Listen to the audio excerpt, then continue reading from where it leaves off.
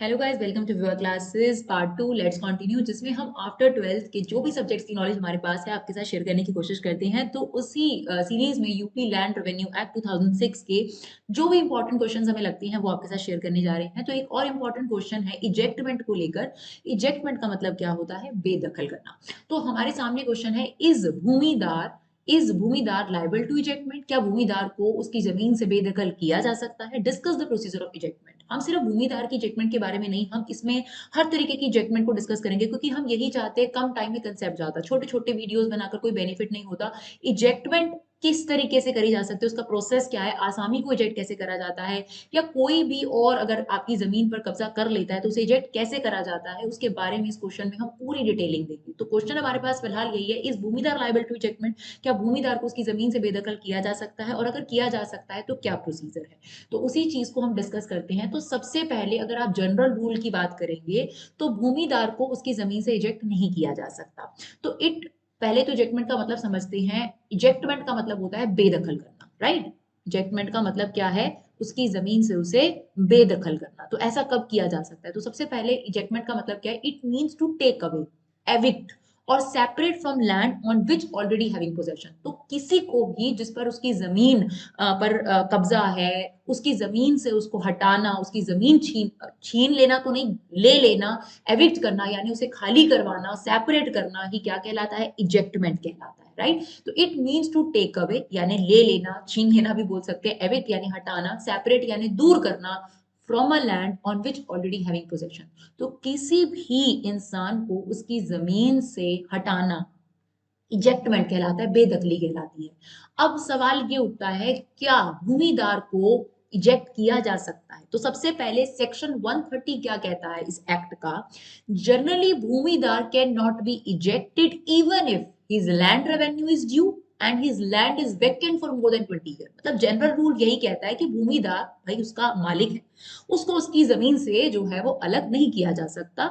बहुत ही rare circumstances यानी exceptions है जिसके बारे में हम बात करेंगे, बट क्योंकि भूमिदार उसका मालिक है, ठीक है, तो उसको उसकी जमीन से इजेक्ट यानी उसे बेदखल नहीं किया जा सकता। दो सिचुएशन भी हमने आपके सामने दिए, बेशक उसका लैंड रेवेन्यू ड्यू है तब भी उसे इजेक्ट नहीं किया जा सकता, या फिर उसकी जमीन जो है 20 साल से ज्यादा खाली पड़ी है तब भी सेक्शन 130 कहता है कि आप उसे वैकेंट नहीं कर सकते। इसमें दोनों के बारे में हम बात कर रहे हैं, चाहे वो भूमिदार विद ट्रांसफरेबल राइट है, चाहे वो भूमिदार विदाउट ट्रांसफरेबल राइट है। भूमिदार विद ट्रांसफरेबल राइट कौन होते हैं? जिनके पास ये राइट होता है कि वो अपनी प्रॉपर्टी को बेच सकते हैं, अपने लैंड को बेच सकते हैं। और भूमिदार विदाउट ट्रांसफरेबल राइट होते हैं जिनके पास ये राइट ही नहीं होता कि वो अपनी प्रॉपर्टी को, अपने लैंड को किसी और को सेल कर सकते हैं। तो फिलहाल जो हमने ये जनरल रूल पढ़ा है ये दोनों के लिए पढ़ा है। तो जनरली हमने क्या पढ़ा कि भाई भूमिदार मालिक है जमीन का, वो अपनी जमीन से बेदखल नहीं किया जा सकता। इवन इफ, यहाँ देखिए दो बड़ी जो है जो अजीब सी सिचुएशंस है कि उसने लैंड रेवेन्यू नहीं दिया, गवर्नमेंट को टैक्स नहीं दिया, और उसकी जमीन 20 साल से खाली पड़ी है, बेकार पड़ी है, तब भी उसको उसकी जमीन से खाली जो है हटाया नहीं जा सकता। But there are some exceptions, जब भूमिदार को उसकी जमीन से क्या करा जा सकता है? बेदखल किया जा सकता है, इजेक्ट किया जा सकता है। तो क्या एक्सेप्शंस हैं, उन एक्सेप्शंस को देखते हैं। तो पहले कैटेगरी लेते हैं ejectment of भूमिदार with transferable right, यानी ये वो भूमिदार होता है जो अपनी प्रॉपर्टी को, अपने लैंड को बेच सकता है। इसको कब इसकी प्रॉपर्टी से बेदखल किया जा सकता है? तो तीन सिचुएशन है, ठीक है।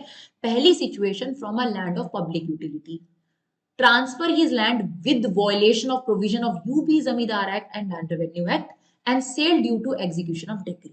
मैडम हमें समझ नहीं आया, कोई बात नहीं, हम समझाते हैं ना अभी आपको। From a land of public utility यानी अगर उस ग्राम गांव की जो भी अथॉरिटी है, चाहे वो ग्राम सभा है, ग्राम पंचायत है, लैंड मैनेजमेंट कमेटी है, अगर उनको ऐसा लगता है कि वो जमीन पब्लिक के बेनिफिट के लिए है, पब्लिक यूटिलिटी के लिए है, उस पर अस्पताल या फिर कोई भी और चीज, स्कूल, यानी पब्लिक के बेनिफिट के लिए वो जमीन है, तो ऐसे केस में उस जमीन से उस भूमिदार को क्या करा जाएगा? बेदखल करा जाएगा। जैसे कि आप एक बात देखिए, जनरली क्या होता है, कहीं पर मेट्रो बन रही है या पर कहीं पर कोई भी गवर्नमेंट का प्रोजेक्ट बन रहा है और वो जमीन है वहां पर किसी के भी हाथ में, तो उससे कंपनसेशन देकर उसको जो वो जमीन है वो उससे ले ली जाती है। तो बिल्कुल वही बात है कि भूमिदार को उस जमीन से बेदखल किया जा सकता है जिस जमीन पर कुछ पब्लिक यूटिलिटी की चीज बनी हुई है या बनने जा रही है, उस प्रोजेक्ट के लिए उसको उसकी जमीन से बेदखल किया जा सकता है। तो पहला है from a land of public utility. दूसरा, अगर वो प्रॉपर्टी बेचता है, ट्रांसफर का मतलब होता है सेल करना, अगर वो प्रॉपर्टी बेचता है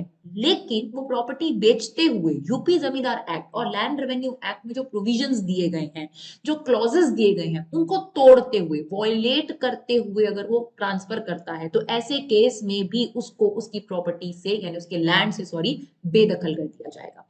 तीसरा और इंपॉर्टेंट पॉइंट है कि जब भूमिदार के अगेंस्ट कोई डिक्री आ गई, कोई डिसीजन आ गया कोर्ट की तरफ से कि इस जो जमीन को है बेच दिया जाए, ठीक है, तो ऐसे केस में भी उस जमींदार को उस प्रॉपर्टी से क्या कर दिया जाएगा, बेदखल कर दिया जाएगा। अब वो कोर्ट किस वजह से डिक्री देता है, वो अलग अलग सिचुएशंस हो सकती हैं, कुछ भी डिस्प्यूट हो सकता है। तो अगर कोर्ट ने डिक्री दे दी कि भाई इस प्रॉपर्टी को, इस लैंड को बेच दिया जाए और इससे जो पैसे हैं या तो इसके क्रेडिटर को चुका दिए जाए या फिर इसने लैंड रेवेन्यू नहीं दिया गवर्नमेंट को वो दे दिया जाए, वो एक अलग सिचुएशन है। लेकिन एक डिक्री आ चुकी है, एग्जीक्यूशन ऑफ डिक्री, और उसमें उस प्रॉपर्टी को सेल किया जाना है, तो भूमिदार को उसकी प्रॉपर्टी से यानी उसके लैंड से क्या किया जाएगा, इजेक्ट किया जाएगा यानी बेदखल किया जाएगा। राइट, हमने अभी आपके साथ पढ़ा कि भूमिदार जनरली अपनी जमीन से बेदखल नहीं किया जा सकता, बट इन 3 सिचुएशन में किया जा सकता है। कौन से वाला, भूमिदार विद ट्रांसफरेबल राइट। यही चीज अगर आती है भूमिदार विदाउट ट्रांसफरेबल राइट, कहा था भूमिदार विदाउट ट्रांसफरेबल राइट, तो उसमें ये थर्ड पॉइंट जो है वो कट जाता है। थर्ड पॉइंट का कोई तुक ही नहीं बनता क्योंकि ये विदाउट ट्रांसफरेबल राइट वाला बनता है ना, यानी इसके पास तो वैसे भी बेचने का राइट नहीं है। अब इसके केस में ये 2 पॉइंट है जब इसे इसकी भूमि से बेदखल किया जा सकता है। पहला, अगर वो जमीन पब्लिक यूटिलिटी की है। दूसरा, अगर ये ट्रांसफर करता है लैंड, ये ट्रांसफर कर ही नहीं सकते, देखिए नाम में ये विदाउट ट्रांसफरेबल राइट, तो अगर ये ट्रांसफर करता है यानी फर्स्ट और सेकंड पॉइंट आपने इसमें मेंशन करना है, ये वाला पॉइंट और ये वाला पॉइंट, राइट, कि अगर वो जमीन को इन प्रोविजंस को ब्रेक करते हुए, वॉयलेट करते हुए इस जमीन को बेच देता है तो उसे जमीन से बेदखल किया जा सकता है। राइट, तो ये हमारे पास बेदखली हो गई किसकी, भूमिदार की। राइट, अब भूमिदार की बेदखली के बाद हमारे पास आता है आसामी। आसामी कौन होता है, जिसको भूमिदार ने अपनी जो जमीन है वो रेंट पर दी है, किराए पर दी है कि तू खेती बाड़ी कर ले और मुझे किराया पकड़ा दिया कर, है ना, तो इसे लीजी बोलते हैं। लेसर होता है जो आपको उधार पर रेंट पे देता है और लीजी होता है जो उसे रेंट पर लेता है। तो इजेक्टमेंट ऑफ आसामी, तो अभी हमने भूमिदार देखा, इजेक्टमेंट ऑफ आसामी हमने आपको कहा ना इस क्वेश्चन में हम सभी की इजेक्टमेंट के बारे में आपको क्लियर कर देंगे। तो आसामी को इजेक्ट किन ग्राउंड पे किया जा सकता है, बहुत जनरल से ग्राउंड है। रेंट पर इसने जमीन ली है भूमिदार से, ग्राउंड ऑफ इजेक्शन है एक्सपायरी ऑफ लीज पीरियड। अब भाई जितने भी पीरियड के लिए आपने रेंट पे ये लिया था, लैंड लिया था, वो लीज पीरियड एक्सपायर हो गया तो आपको जमीन से हटना ही पड़ेगा, अगर भूमिदार नहीं चाहता कि आपको दोबारा से इस प्रॉपर्टी को रिन्यू करके लीज पे दिया जाए। तो आपका लीज पीरियड खत्म हो गया तो आपको रिजेक्ट किया जा सकता है। दूसरा और इंपॉर्टेंट पॉइंट, अनऑथराइज्ड यूज। देखिए जो आसामी है उसके लिए ऑथराइज्ड यूज का क्या मतलब है, वो उस पर एग्रीकल्चर एक्टिविटी कर सकता है, हॉर्टिकल्चर, पिसिकल्चर, एनिमल हस्बेंड्री और पोल्ट्री फार्मिंग वगैरह कर सकता है। इसके अलावा अगर वो कोई भी काम उस जमीन पर करता है, लैंड पर करता है, तो उसे अनऑथराइज्ड यूज कहा जाता है। तो अगर कोई आसामी अनऑथराइज्ड यूज करता पाया जाता है तो उसके भूमिदार के पास पूरा पूरा राइट है कि वो उसे उस जमीन से क्या कर सकता है, बेदखल कर सकता है। तो दूसरा पॉइंट, पहला लीज पीरियड खत्म हो गया, दूसरा उसने उसका अनऑथराइज्ड यूज करा, तीसरा बेच तो वो सकता ही नहीं ना, उसकी तो प्रॉपर्टी नहीं है, टाइटल ही उसके पास नहीं, ओनरशिप नहीं है, बट उसने क्या किया, अनऑथराइज्ड ट्रांसफर कर दिया, यानी फ्रॉड तरीके से उस प्रॉपर्टी को बेचने की कोशिश करी या बेच दिया। तो ऐसे केस में भी जो भूमिदार है वो उस आसामी को उसकी जमीन से बेदखल कर सकता है। एरियर ऑफ रेंट, अगर 30 दिन से ज्यादा उसका किराया बकाया है तो भी भूमिदार उसे उसकी जमीन से निकाल सकता है। इसके अलावा on the extension of interest of landlord, अब मान लीजिए कि जो लैंडलॉर्ड था उसने ही ये प्रॉपर्टी किसी को बेच दी, ये लैंड किसी को बेच दिया, तो ऐसे केस में उस लैंड लॉर्ड का इंटरेस्ट खत्म हो गया यानी उसका मालकियत ही खत्म हो गई उसमें से, तो ऑटोमेटिकली जो नया मालिक है, नया भूमिदार है, जरूरी थोड़ा ना वो इस आसामी को रखेगा, हो सकता है पुराना आसाम जो पुराना भूमिदार है वो पहली आसामी को बोल देगा कि भाई मैंने ये प्रॉपर्टी जो है, लैंड जो है बेच दी। जैसे कि एग्जाम्पल के तौर पर आपके घर में कोई किराए पर रहता है ना, आपने वो प्रॉपर्टी बेच दी तो आपको किराएदार से खाली करवा के ही उस प्रॉपर्टी को देना पड़ेगा नए मकान मालिक को, तो बिल्कुल वही लॉजिक है यहाँ पर। राइट, तो जैसे ही लैंडलॉर्ड का इंटरेस्ट खत्म हो गया यानी जो अब लैंडलॉर्ड है उस प्रॉपर्टी की उस प्रॉपर्टी का, उस लैंड का मालिक नहीं है, तो ऐसे केस में भी वो आसामी को इजेक्ट कर सकता है। And after the mortgage amount received, अगर जो गिरवी रखा हुआ पैसा था वो मिल गया तो ऐसे केस में भी जो आसामी है उसे उसकी जमीन से क्या किया जा सकता है, इजेक्ट यानी बेदखल किया जा सकता है। कई बार आसामी थोड़े ढीठ टाइप के होते हैं ना, इजीली नहीं निकल रहे, जैसे कि रेंट वाले लोग भी होते हैं। तो ऐसे केस में क्या करे भूमिदार, तो भूमिदार के पास ये पूरा पूरा राइट है कि वो आसामी को स्यू कर सकता है कोर्ट में। तो in case of suit by land owner against आसामी, तो वो क्या डिमांड करेगा, अगर लगता है कि आसामी जो है आसानी से उसकी जमीन छोड़ नहीं रहा, उसे लीगल चीजों का सहारा लेना पड़ेगा। तो ऐसे केस में वो डिमांड करेगा कि मुझे मेरी प्रॉपर्टी का पोजेशन वापस दिलाया जाए, यानी मेरी प्रॉपर्टी मेरे कब्जे में वापस दिलाई जाए, और जितना भी रेंट इसका बकाया है दोनों मुझे चाहिए। राइट, तो इस बात के लिए स्यू करेगा। इसके अलावा अगर कोर्ट को जरूरी लगता है, नेसेसरी लगता है, जो भी पेमेंट होती है वो कोर्ट डिसाइड करता है। तो कोर्ट का जो काम है वो यही है कि इजेक्ट करवाकर, सबसे पहले ऑर्डर यही आएगा कि इजेक्ट कराया जाए आसामी को, और जो पोजेशन है वो किसको प्रोवाइड कराया जाए, उसके असली मालिक को प्रोवाइड कराया जाए। अगर आसामी उस जमीन का अनऑथराइज यूज करता है, ऑथराइज यूज हमने आपको बताया agriculture activity, horticulture, pisciculture, animal husbandry, ये सारी चीजें जो है वो कर सकता है।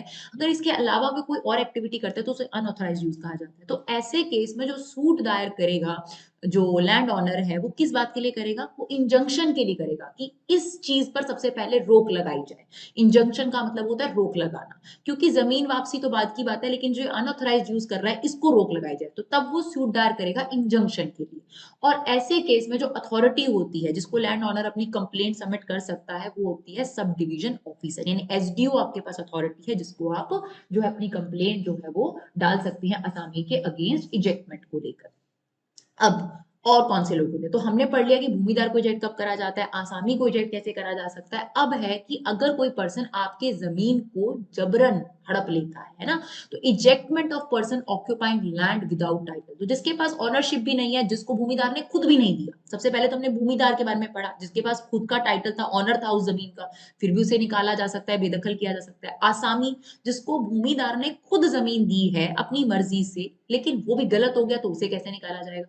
पर ये तीसरा बंदा तो बिना मर्जी के ही आया है भाई हमारी, ejectment of person occupying land without title, ना हमने उसको अपनी मर्जी से बोला, बस जबरदस्ती उसने हमारी जमीन पे कब्जा कर लिया, तो उस पर सूट दायर किया जा सकता है इजेक्टमेंट के लिए, बेदखली के लिए, और जो भी आपका नुकसान हुआ है, जमीन को नुकसान हुआ, ट्रीज को, जो भी क्रॉप को नुकसान हुआ है, उन सभी चीजों के लिए आप उस पर सूट दायर कर सकते हैं। जमीन और जो इसमें सूट दायर करेगा वो कौन होगा, वो भूमिदार भी कर सकता है और आसामी भी कर सकता है। अगर आसामी को लगता है कि मैं कुछ टाइम के लिए इधर उधर हुआ और मेरी जमीन पर किसी और जो है बंदे ने कब्जा कर लिया, तो आसामी भी यहाँ पर जो है सूट दायर कर सकता है। और किसके अगेंस्ट ये सूट दायर करा जाएगा, ऑब्वियसली जो रॉन्ग पोजेसर है, जो उसका हकदार नहीं है, जो गलत तरीके से उस जमीन पर कब्जा करके बैठा है, उसी पर ये केस दायर किया जाएगा। और सबसे जरूरी बात है, इसमें स्टेट गवर्नमेंट और ग्राम सभा को नेसेसरी पार्टी बनाया जाता है, यानी यहाँ पर इन लोगों का इन्वॉल्वमेंट भी बहुत ज्यादा जरूरी माना जाता है। राइट, इसी तरीके से अगर मान लीजिए कि ग्राम पंचायत की जमीन पर कोई ट्रेस पासर आ गया, ट्रेस पासर होते हैं वही जो जबरन जमीन पर आ जाते हैं, जिनको अलाउड नहीं है, इलीगल तरीके से जमीन पर कब्जा करके बैठ जाते हैं। जैसे कि आप लोग जनरली भी देखते हैं कई जगहों पर गवर्नमेंट की जमीन होती है या रोड पर कई लोग बिना परमिशन के, बिना अथॉरिटी के उन प्रॉपर्टी बना लेते हैं, छोटे छोटे ठेले लगा लेते हैं, तो उन लोगों को कई बार गवर्नमेंट हटा देती है, क्योंकि वो प्रॉपर तरीके से अथॉरिटी लेकर उस जमीन पर या उस जगह पर खड़े नहीं हुए। तो इसी तरीके से अगर ग्राम पंचायत की जमीन पर कोई ट्रेस पासर आ जाता है, यानी जबरन जो है वो गलत तरीके से उस प्रॉपर्टी पर या उस लैंड पर बैठ जाता है, तो ऐसे केस में ग्राम पंचायत या लोकल अथॉरिटी, जिसको भी जरूरी लगता है, वो सूट दायर करेंगे उस पार्टी के अगेंस्ट। और यही मांग होती है उस सूट के अंदर कि उसको बेदखल करवाया जाए, और उसकी वजह से जो नुकसान हुआ है गवर्नमेंट को या फिर अथॉरिटी को, उस डैमेजेस की भरपाई करी जाए। इसमें अगर खाली कराने के लिए जरूरी लगता है, नोटिस जरूर दिया जाता है इस केस में सबसे पहले। दूसरी चीज, इसमें एसडीओ फोर्स का भी यूज कर सकता है। आप लोग बहुत बार देखते हैं कई जगह पर जो है लोग झुग्गियां बना लेते हैं, और जो गवर्नमेंट अथॉरिटीज होती हैं वो वहां पर आकर फोर्स का इस्तेमाल कर कर उस जगह को खाली कराती है। तो बिल्कुल उसी तरीके से ग्राम पंचायत में भी ट्रेस पासर बोलते हैं ऐसे लोगों को, और इजेक्टमेंट इनका भी बिल्कुल उसी तरीके से किया जाता है। अब सवाल ये उठता है कि जो इजेक्टमेंट का प्रोसीजर है वो इन सभी सिचुएशन में कैसा रहता है। तो सबसे पहले एप्लीकेशन जाती है कलेक्टर के पास कि भाई जिसमें हम अप्लाई करते हैं कि हमारे ये सिचुएशंस है और हमारी जमीन से इस जो है पर्सन को जो है इजेक्ट करा जाए, बेदखल करा जाए। तो एप्लीकेशन जाती है, एप्लीकेशन में जो एसेंशियल कंटेंट है, जो ज़रूरी बातें हैं वो आपको मेंशन ज़रूर करने हैं। डॉक्यूमेंट वगैरह जो भी ज़रूरी चीज़ें डिमांड करेंगे अथॉरिटी, वो एसेंशियल डॉक्यूमेंट भी आपने ज़रूर लगाने हैं एप्लीकेशन के साथ। तो कलेक्टर उस एप्लीकेशन को पढ़ता है और सफिशिएंटली उस एप्लीकेशन की जो है ग्राउंड्स को वेरीफाई करता है, ज़रूरी लगता है तो इन्वेस्टिगेट भी करता है। अगर वो सैटिस्फाइड होता है उसके कंटेंट से, एप्लीकेशन के कंटेंट से, और उसको लगता है कि यहाँ सफिशिएंट ग्राउंड है, यहाँ पर जो ये पर्सन बैठा हुआ है ये वाकई में ट्रेसपासर है, ये गलत इंसान है, तो उसको नोटिस सर्व कर दिया जाता है कलेक्टर की तरफ से कि जमीन जवाब दिया जाए कि सच में आप ट्रेसपासर हैं या आपकी खुद की जमीन है। तो उस पर्सन को नोटिस इशू कर दिया जाता है। अगर देयर इज नो कंटेस्ट, अगर वो पार्टी जो है जिसको नोटिस सर्व किया गया, मतलब जो ट्रेसपासर है, जो जमीन पर कब्जा करके बैठा है, ठीक है, थर्ड पॉइंट में उसको नोटिस सर्व करा गया, अगर वो कोई कंटेस्ट नहीं करता, कंटेस्ट का मतलब होता है अगर वो कुछ भी बदले में नहीं बोलता कि नहीं ये मेरी ही जमीन है, कुछ भी नहीं बोलता, कोई आगे जाकर उस चीज को गलत नहीं प्रूव करता कि नहीं जो ये जो एप्लीकेशन है ये गलत है, मेरे अगेंस्ट कंप्लेंट गलत है, वो कुछ भी कंटेस्ट नहीं करता, यानी कुछ भी अपोजिशन नहीं करता, जो चीज है उसको एक्सेप्ट मान लिया जाएगा ऐसे केस में। तो फिर उस पर्सन के अगेंस्ट ऑर्डर पास कर दिया जाएगा इजेक्टमेंट का कि इस पर्सन को उस जमीन से निकाला जाए। लेकिन अगर ये कंटेस्ट करता है, कहता है नहीं ये मेरी जमीन है, मेरे पास प्रूफ है, मेरे पास डॉक्यूमेंट्स है, ये जो पर्सन है जो एप्लीकेशन डाल रहा है, जो कंप्लेंट डाल रहा है, ये झूठा है, ये सब चीजें हैं, तो ऐसे केस में कलेक्टर जो है वो दोनों पार्टीज को ध्यान से सुनता है, उनके जो भी जरूरी डॉक्यूमेंट्स है उनको देखता है, वेरीफाई करता है, एंड देन उसके बाद ऑर्डर पास करता है। तो ये था आपका पूरा question ejectment of a land को लेकर, जिसमें भूमिदार, आसामी, ट्रेसपासर, सभी तरीके के लोगों के बारे में, इजेक्टमेंट के बारे में हमने बताया, प्रोसीजर के बारे में बताया। अगर आपको हमारी वीडियो यूजफुल लगे तो प्लीज अपना कीमती समय निकाल कर अपना फीडबैक दीजिए, इन्हें शेयर जरूर कीजिए। Thank you so much guys for love and support, keep supporting Vibha classes.